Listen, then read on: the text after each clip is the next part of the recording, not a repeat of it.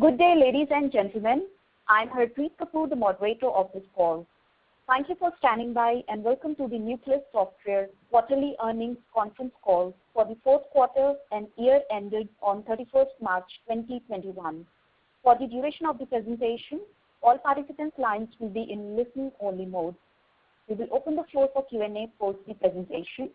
So I would like to now hand over the proceedings to Ms. Swati Ahuja. Over to you, Swati. Thanks, Harpreet. Good afternoon, everyone. This is Swati from Investor Relations team at Nucleus Software. A very warm welcome to all of you for this Nucleus Software earnings conference call for the fourth quarter and the year ended on March 31st, 2021. For discussion, we have here from the management team, Mr. Vishnu R. Dusad, our Managing Director, Mr. Parag Bhise, CEO, Mr. Anurag Mantri, Executive Director and CFO, Mr. Tapan Jaiswal, colleague from the finance team, Mrs. Prema Rajaraman, Vice President, Ms. Debyani Sinha, Global Head HR, and Mr. Ashish Khanna, Business Consultant, Financial Inclusion. As you all are aware, Nucleus Software does not provide any specific revenue earning guidance. Anything which is said during this call, which may reflect our outlook for the future or which may be construed as a forward-looking statement, must be reviewed in conjunction with the risk that the company faces. An audio and transcript of this call would be shortly available on the investor section of our website, www.nucleussoftware.com.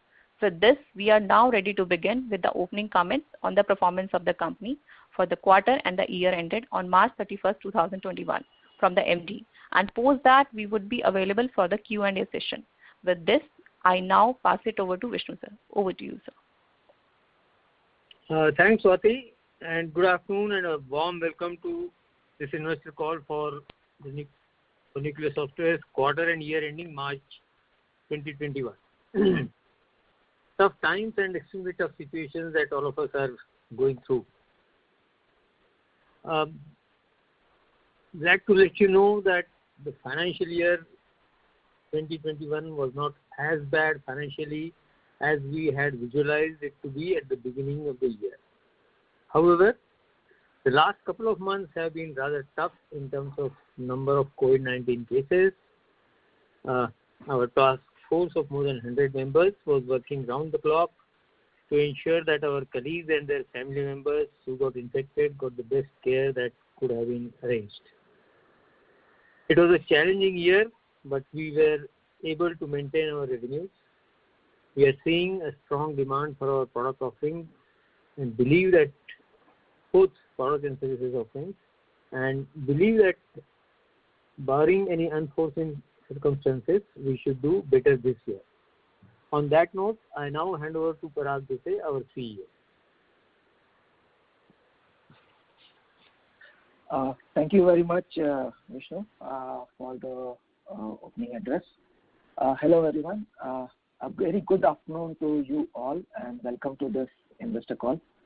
Hope everyone is safe, including their near and dear ones.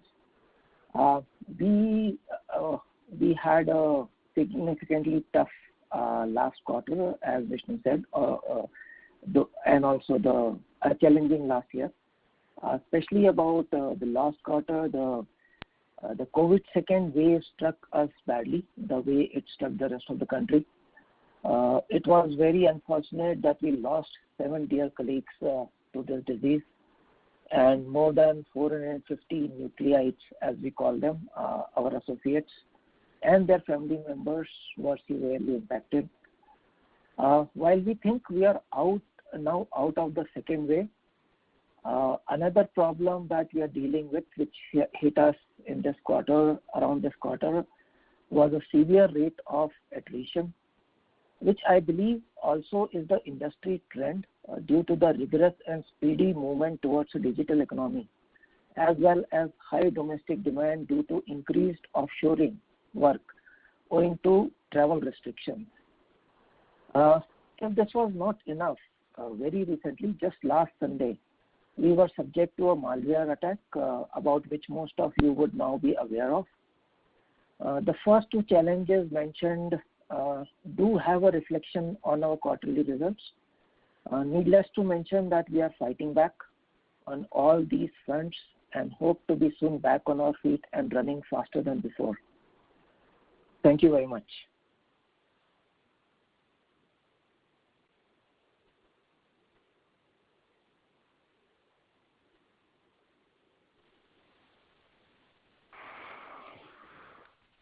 Tapan sir, please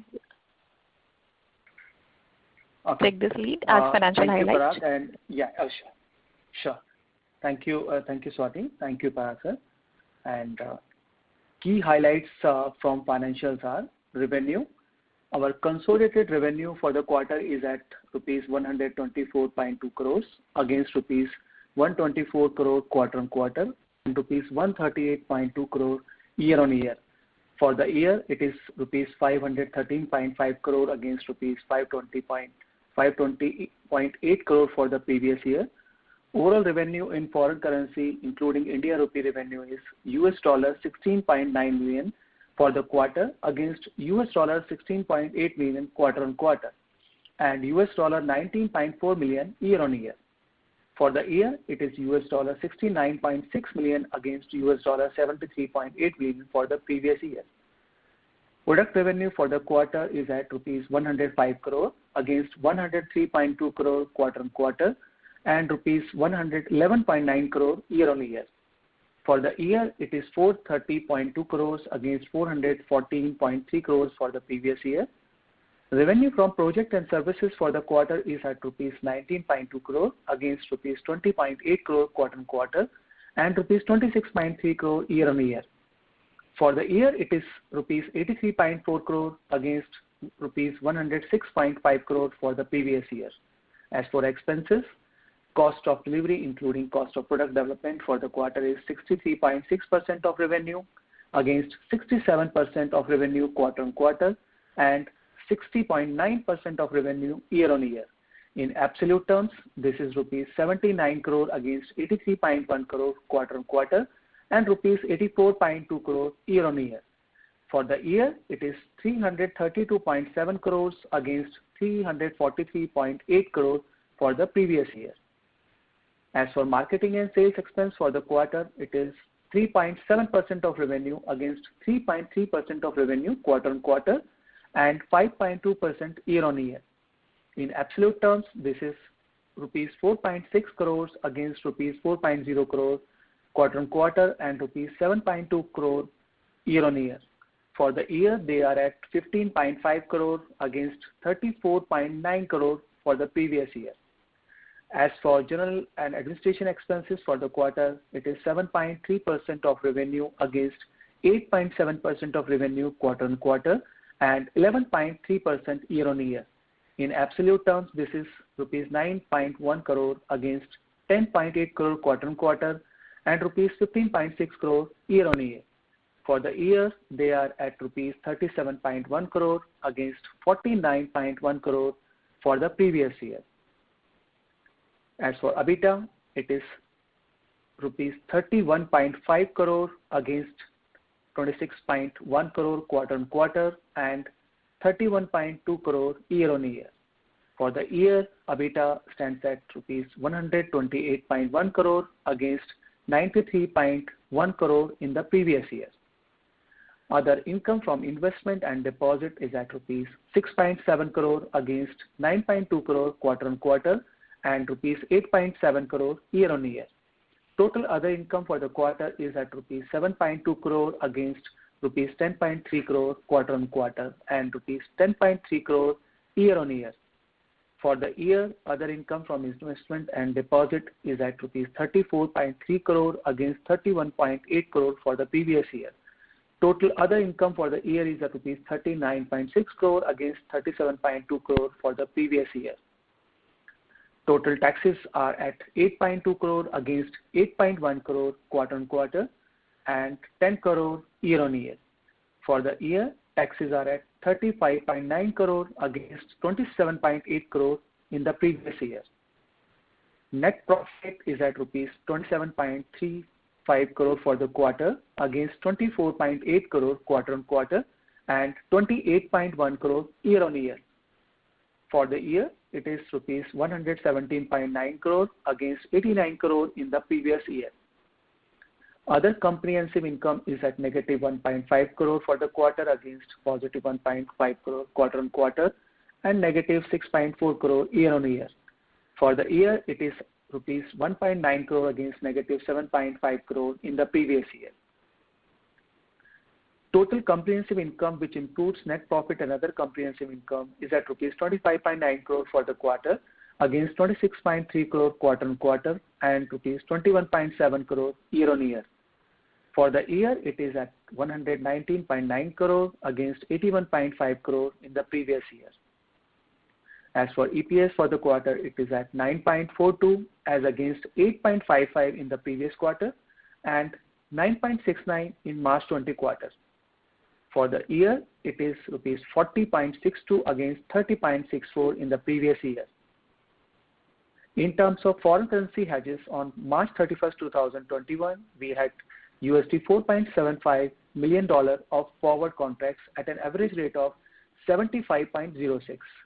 There is a mark-to-market gain of rupees 36.80 lakhs, which has been taken to hedging reserve in the balance sheet.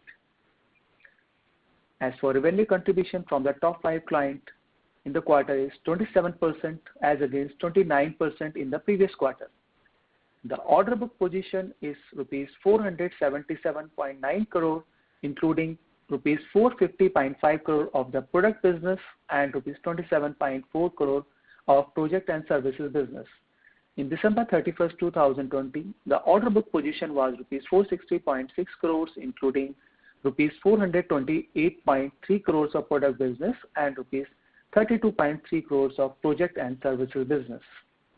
As for cash and cash equivalent balances, as on 31st March 2021, it stands at 692 crores against 673.3 crores quarter on quarter. This includes balance in current account of rupees 32.3 crores, various schemes of mutual funds rupees 445.9 crore, rupees 43.8 crore in fixed maturity plans, fixed deposits of rupees 30.5 crores, investment in tax-free bonds of rupees 111.8 crore, rupees 27.7 crore in preference shares.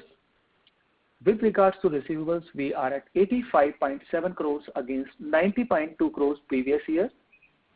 During the quarter, there is a gross addition of fixed assets of rupees 0.96 crores, consisting primarily of 0.22 crores on plant and machinery, 0.15 crore on software, 0.41 crore on computer, and rupees 0.18 crore on furniture and fixtures. That's from the financial highlight perspective. Now I'll hand over to Swati. Thank you, sir. With this, we are now open for the Q&A session. I will now hand it over to Harpreet. Over to you, Harpreet. Thank you so much, Swati. With this, we will open the floor for Q&A interactive session. I would request all the investors, please press 0 and then 1 to unmute your line. I'll repeat, to ask a question, you need to press 0 and then 1. First question of the day we have from Deepan Shankar from Trustline PMS. Your line is unmuted. Please go ahead. Yeah, thanks a lot for the opportunity and good evening, everyone. Firstly, wanted to understand is the outlook for order book improving in Indian NBFC segment, and how is the order book outlook for Southeast Asia, Middle East, and Australia? I'm glad to let you know that this is Vishnu. Glad to let you know that outlook for product orders is, as I mentioned in my opening remarks, is looking good in all the geographies that you talked about: India, Southeast Asia, Middle East, and Australia. Okay. And this other expenses has been more than 50% lower as compared to last year. So how much of this kind of cost savings is sustainable once normalcy returning? Actually, what is likely to happen is depending upon how the offices, work from home versus work in office, that combination, as well as the travel required for implementations, travel required for business acquisition, sales, event participation, etc. It would vary. It would vary from this level to. It may not go back to the earlier levels immediately, But yes, it will all depend on how soon things open up and so on and so forth. So we are not able to predict it with any accuracy. I must say, we have had our we've extended our office opening or working from office at least 4 times in the last 1 year. So it's very difficult to talk about it. Okay. So what will be this impact on this malware attack? Is there any data leakage of customer data and things like that? So how was the customer reaction on that? So any financial impact on because of this? Anurag, would you like to take that? I can talk about financial impact. We as of now we are still assessing. We do not visualize at this moment. While we are still assessing, we do not visualize any financial impact. But yes, our customers justifiably so are concerned. And I would request Anurag to just make a comment on that part.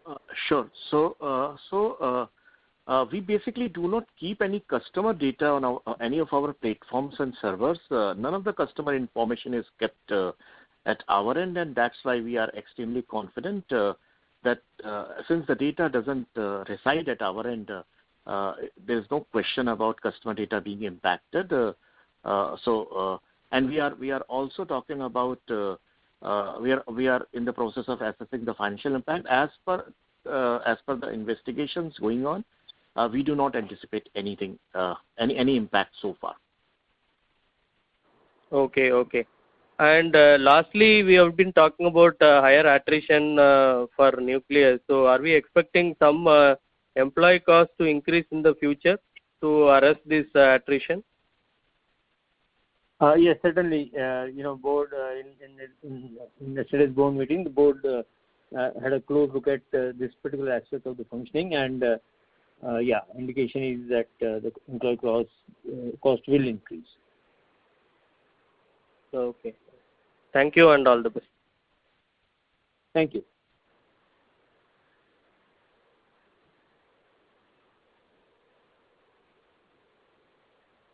Go ahead.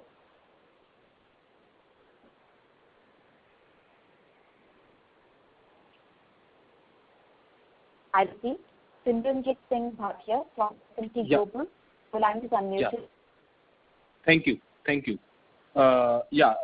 My question is that in the Q4 your revenue from operations is very flattish when I seeing from the Q3 point of view, and even in the Q3 of last this financial year, you have stated that during your conference call that there is some delay from the customer side also.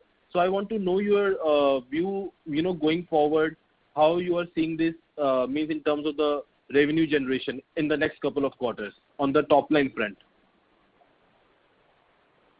I think we are, I would say, even keel about it, in the sense that while our discussions with most of our customers are on, some of them are signing up, but various events that are unfolding, as we talked about, intense, number of COVID cases in the last 2 months. Factors like this, they are affecting us. They are affecting the entire economy. So it is difficult to talk about how the revenue would pan out in the next couple of quarters. We are optimistic. This is all I can say right now. Okay. And my last question is that you have just stated that employee cost will increase in the next financial year. So can you give some guidance? What is the at least minimum percentage amount if we are seeing the employee cost as compared to the previous year from the FY20? It is going to increase. As a policy, we do not give any guidance. Okay.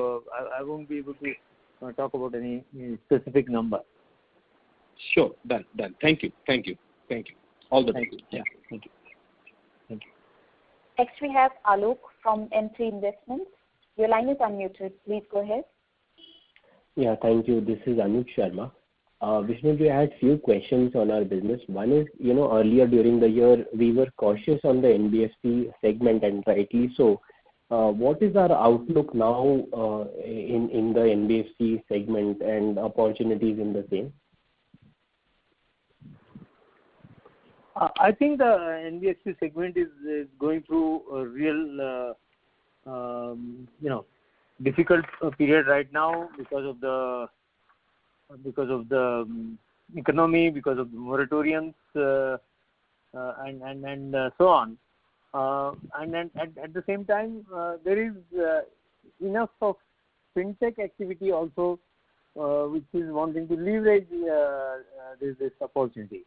So yes, we are talking to number of NBFCs and fintechs who some of them have NBFC licenses also, and they are keen to start using our lending platform. And I think this is going through some of the conventional NBFCs. When they digitize themselves, then they are able to leverage the market. If they do not digitize, then they have to face intense competition. So that is how we are looking at NBFC segment. Sure. And Vishnuji, my second question is in tough times we see strong companies actually performing better. So we have strong client credentials. Did we manage to increase our market share? And what is our market share in Indian lending space? Okay, we're making an attempt to look at the market share with some precision, but we like to believe that as of now we somewhere around 70% of the India's retail loans, they are either originated or serviced or collected or all the three activities done on our platform. So that's the kind of market share we think we have. Okay, and did we see some improvement in our market share in the last year, sir? No. I have to admit that we have not done that activity with precision, and we are in the process of doing that. Sure. And sir, my last question is, when we look across product industry, we have seen some players transitioning from a license model to transaction based, and it has benefited them. So what is our reading of this transition, and where are we particularly in this transition from a license conventional model to more like a transaction based model? Thank you so much. Thanks for raising this important question. The entire cloud business that we have launched 4 years back is essentially transaction based pricing, and as far as we are concerned, we are open to either of the models, and we would like to offer to all our customers both the ways of pricing, transaction based as well as the conventional on-prem license based pricing. And we're happy to let you know that even large customers are sometimes picking up the transaction based pricing model. All right, sir. Thank you so much. Thank you for your interest. Next is Rahul Jain from Dolat Capital. Your line is unmuted. Please go ahead. Hi. Thanks for the opportunity. My first question is about this order book. Why we are not seeing this order book traction not flowing into revenues? Is it more because the milestone related to revenues are very far versus we booking the orders? Is that the reason, or there's a deal ramp up issue that we are facing? I would like to say that it is more to do with orders being booked for 3 years, 5 years period, especially cloud kind of orders and some other kind of orders, which take time to get converted into revenue. That is the only reason. Okay. And this Bank of Sydney deal that we have announced, is this a significant deal that we have made this as a press release? And is it included in the current order book? Yeah, it has been included in the current order book. And okay, sorry, I would like to validate that because we've announced it recently. I'm not too sure whether it came before 31st March or after 31st March. It was announced on 17th May. Yeah, that I'm aware, but the exact date of order I don't remember right now. Okay. Sure. So now as far as deal size is concerned, we really don't talk about our deal sizes, so I won't be able to comment on that. Yeah, I understand. The only reason is that this was a rare occasion when we made a press release, so I thought it must be of certain significance that gives it. But coming back to your broad comment where you said you look this year to be a stronger year across markets. So what is driving that kind of a confidence? Is it the client conversation? Is it the culmination of order book into revenue, or any other factor you would like to share? Okay, that's I would say both these factors, prospective client conversations, those give us that feeling that yes, this year would be better than the previous year, as well as the conversion of some of our orders into revenue. Combination of both. Okay, and on the transaction side, as it's been a couple of years, we are selling products on transaction base, and many of them are also live. So are we seeing that we are able to see uptick in our SaaS revenue on a client-to-client basis, because more and more books must be adding to this to our base from the same customer. So are we seeing like for like or customer specific growth also because of the transactional nature? Yeah, that's a very interesting question, Rahul. So the way it is happening is we have a situation where let's say we are signed up with an NBFC, and for whatever reasons they've not been able to launch the business because of COVID, or most of them because of COVID. So those situations, the revenue either goes flat or sometimes in few cases they like to suspend that relationship. So that is one end. The other end of the spectrum is yes, because the number of loans etc. are increasing, number of transactions with the same customers are increasing, so the revenues are going up. Okay, so it's kind of a mixed bag. And the attrition element which we raised in our opening remarks, so where are we on that?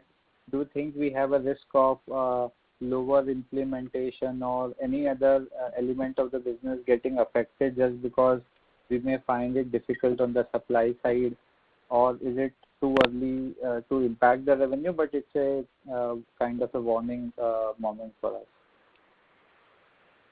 I would like to say, thank all my colleagues, 1,800 plus of them, for the phenomenal amount of effort that they are putting in to overcome the issue of, issue that has come because of the attrition. So despite the attrition, they are making sure that the client commitments are not affected at all, despite both attrition as well as COVID that they were going through. So despite that, client commitments have not been allowed to get affected, except for the fact that on 31st May, we were supposed to come out with a product release, our lending product release. That is something that we were left with no choice but to get it rescheduled to either 30th June or slightly beyond. We will come to know about it during this month. That apart, we have tried our level best to, and I have to once again thank my colleague for ensuring that despite the acquisition, despite COVID, our client commitments are not allowed to get affected.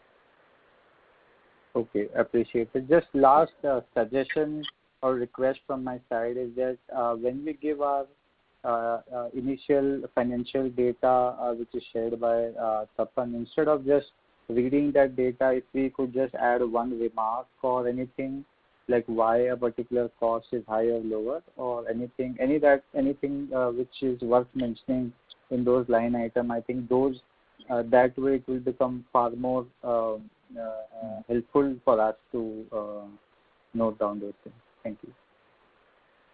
That's a very meaningful suggestion, and we would certainly like to take it up next time onwards. And thank you very much for the suggestion and your continued interest. Thank you, sir. Thank you. Next is Himanshu Upadhyay from PGIM Mutual Fund. Your line is unmuted. Please go ahead. Yeah, hi. Good afternoon. I had few questions.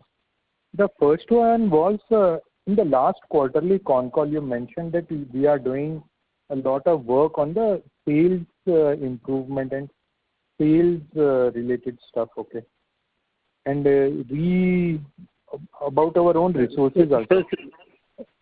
Can you elaborate on that word? You were doing a lot of work on the sales. Hello. Yeah, sales, you said, hello? Right? Yeah, sales yes, effort and so you said that this has been going on for last few quarters. Can you elaborate on where we were and where we want to reach in terms of sales effort and sales what we want to achieve and where we are currently, so that I am a new investor or we are a new thing. So just can you elaborate on that? It would be helpful to understand what you are doing and where we want to reach. Right. So thanks for raising this very meaningful question. Our effort when it comes to sales is ensuring that our prospective customers understand the value of the precious intellectual property that we have created, and that requires that our sales team understands the product extremely well. It is both our product lines are extremely rich, and likewise our services offerings are extremely rich. And unless our prospective customers understand the value, they would not be able to derive that value from that. And that's where we struggle to make. I have to say that use that word. Unfortunately, we struggle to make our prospective customers understand how powerful our offerings are. And I can say that while we have been at it, we have reached a particular level, but I must admit that we are still not satisfied with our own ways of being able to convey the value that we continue to create. While our existing customers are enjoying that value, we get tremendous appreciation of that value. We still have some difficulty in communicating that value to our prospective customers. Does that answer your question? Yeah, that is fine. So I at least understand what the problem you are facing. Now the next would be, how are you trying to resolve this thing, and how much distance we have covered, And so how do you make it more effective? So that would be the thing. So the distance that how we are trying to resolve this is through the training that we, the product training that we conduct for our sales teams. The hands-on, experience that our sales team goes through, and based on that, then we are able to convey that value. I would say we have covered half the distance, and we have another half to cover on that front. One last question on this side. Have we also brought in more people from outside on sales? Because this is just a feedback, and see, when your customers, when we need them, okay, or let's say an NBFC, and even in their presentations and in their annual report, they would tell very highly about you, okay. And so at least customers has a very high regards for your product. So on hiring also, are you trying to think of getting more practical people into the sales, or people who have used your product and who have been? So have you also made some changes on the sales people side also, or is it the same sales people you are trying to get more effectiveness out of the thing? That's a very good question once again. That's a very good question, Himanshu. I think what we have tried over last few quarters is some of our colleagues who have been doing implementation, they have started moving into sales, and the experience has been, I would say, pretty good so far. So that's what we will continue to explore, apart from our conventional lookout for sales people from outside. Okay. Yeah, thanks. One more query if I can ask. So this question was, we have been a slow and steady grower, okay, over the years. And a lot of people who join IT industry are young professionals, okay. If the growth for the company is lower, the attrition would be always higher only because new positions may not be created at that pace, okay. But the salary rise cannot be also at a very high pace. So does it worry you that if we are not able to grow faster on attrition and employee side, we will keep on facing challenges? The last one. Thank you from my side. Thank you again for this insightful question. I think the way we are looking at this is, we are the people who join us. They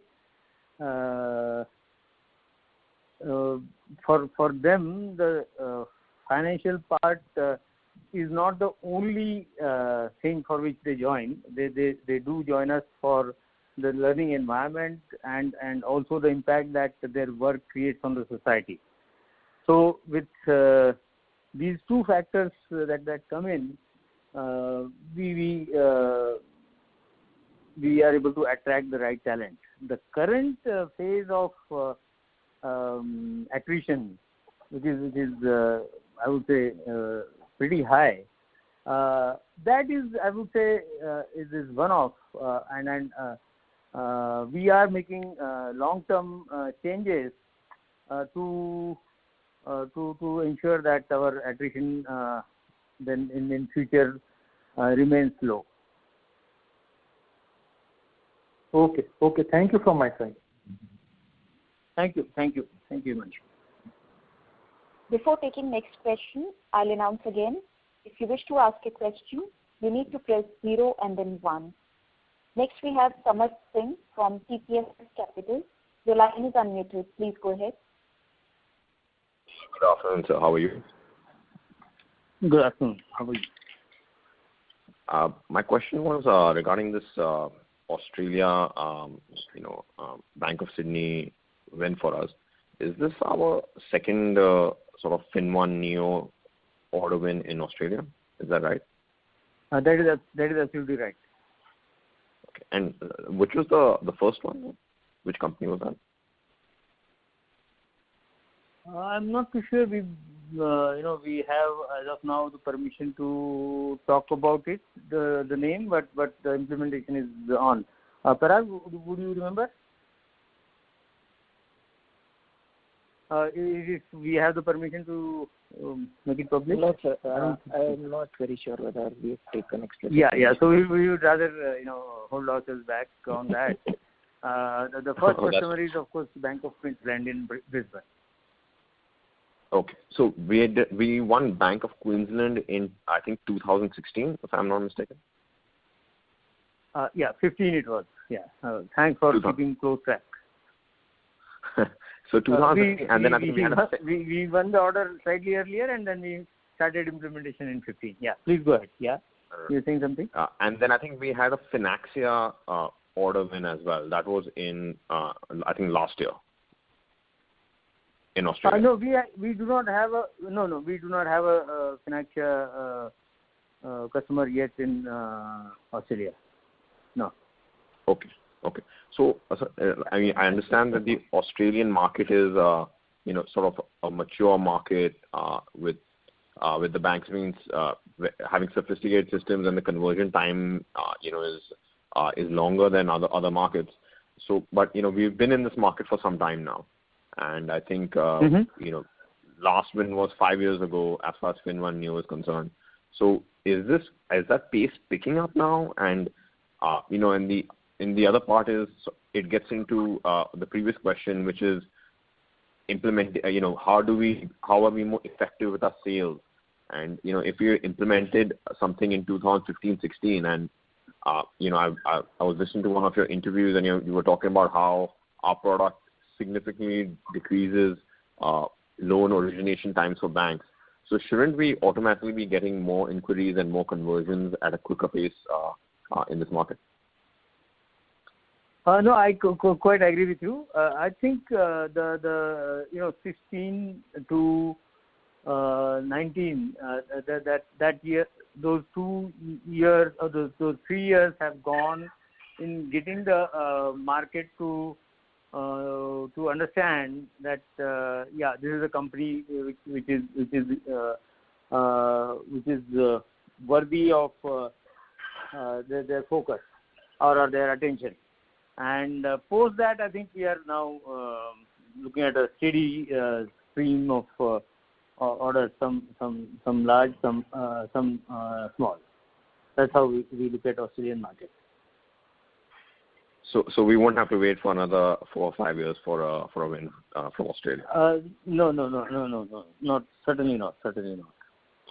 And on the origination side, what other software are banks in Australia using right now? Sorry, on which side? On the origination. Okay, there are a couple of local tools that are available. So yeah, I think once they start experiencing the power. They experience the power at Bank of Queensland, and that's how we got reference at our second customer, and at third customer they didn't even have to experience the power. Based on the first one itself, we were able to win that order. So I think we are looking at a steady stream now. Okay, and previous calls, we mentioned that we're going to use this cash balance for entering new geographies. So have we sort of zeroed down on which is the next geography we want to focus on? We are in that process. We've still not taken the timeline decisions. We have identified geographies. We have not taken the timeline decisions as to when we will, in which year we'll go to the, let's say, US, and which year we'll go to Canada. Whether this this financial year or next financial year, because of these uncertainties. Is what I can say. Okay, that's all from my side. Thank you. Thank you so much. I'll repeat, participants, if you still have any questions, you may please press 0 and then 1. Next we have Vaibhav from HNI Investments. Your line is unmuted. Please go ahead. Yeah, hi. Thanks a lot for providing the opportunity. So my question is again to Vishnu. Vishnu, see, the last year was the year of pandemic, and probably we are not going to see the pandemic at least nobody can predict it, but this is worst of the years in probably last century, and we did not lost cash in that year, right? Even in global financial crisis, we did not lose any cash during that year. So I wanted to ask you, when was the last year when we, on a yearly basis, we lost cash? So why would you like to invest in a company which loses cash on yearly basis? No, I don't want to invest in those companies, but I want to know that what you're going to do with the cash that is sitting and for what you're protecting that cash. Right. So board is very much abreast of this question. We keep bringing it to the board's notice every quarter. So I'm sure they will be taking some meaningful decisions. Yeah, I actually hope so. I hope you are not imagining a nuclear world war. So I think rest to the business is doing really fine, and I really commend what the company has achieved over the years. But the capital allocation has to be fixed, and I think that is a big drag here. No, couldn't agree more, and thank you very much for your kind words. We will live up to your expectations. Yeah, that's it from my side. Thank you. Thank you so much. Thank you so much. At this time, there are no further questions from the participants. So I would like to now hand over the floor back to Ms. Swati Ahuja for final remarks. Over to you, Swati. Thank you, Harpreet. So we would like to thank all the investors for joining us today for this earnings conference call. I would now pass it over to Vishnu sir for his closing comment. Over to you, sir. Thank you very much to all of you for your keen interest and keeping close tab of your company. Please do maintain the same level of interest, and we would try to live up to your expectations. In the meanwhile, we would like to reiterate our commitment to build a company that lives on its values. Thank you so much. Thank you so much, all the speakers, for addressing the session, and thank you, participants, for your participation. Let us conclude our quarterly earnings conference call for the fourth quarter and year ended on 31st March 2021. Thank you for participating. You may all disconnect now. Thank you and have a pleasant day. Thank you.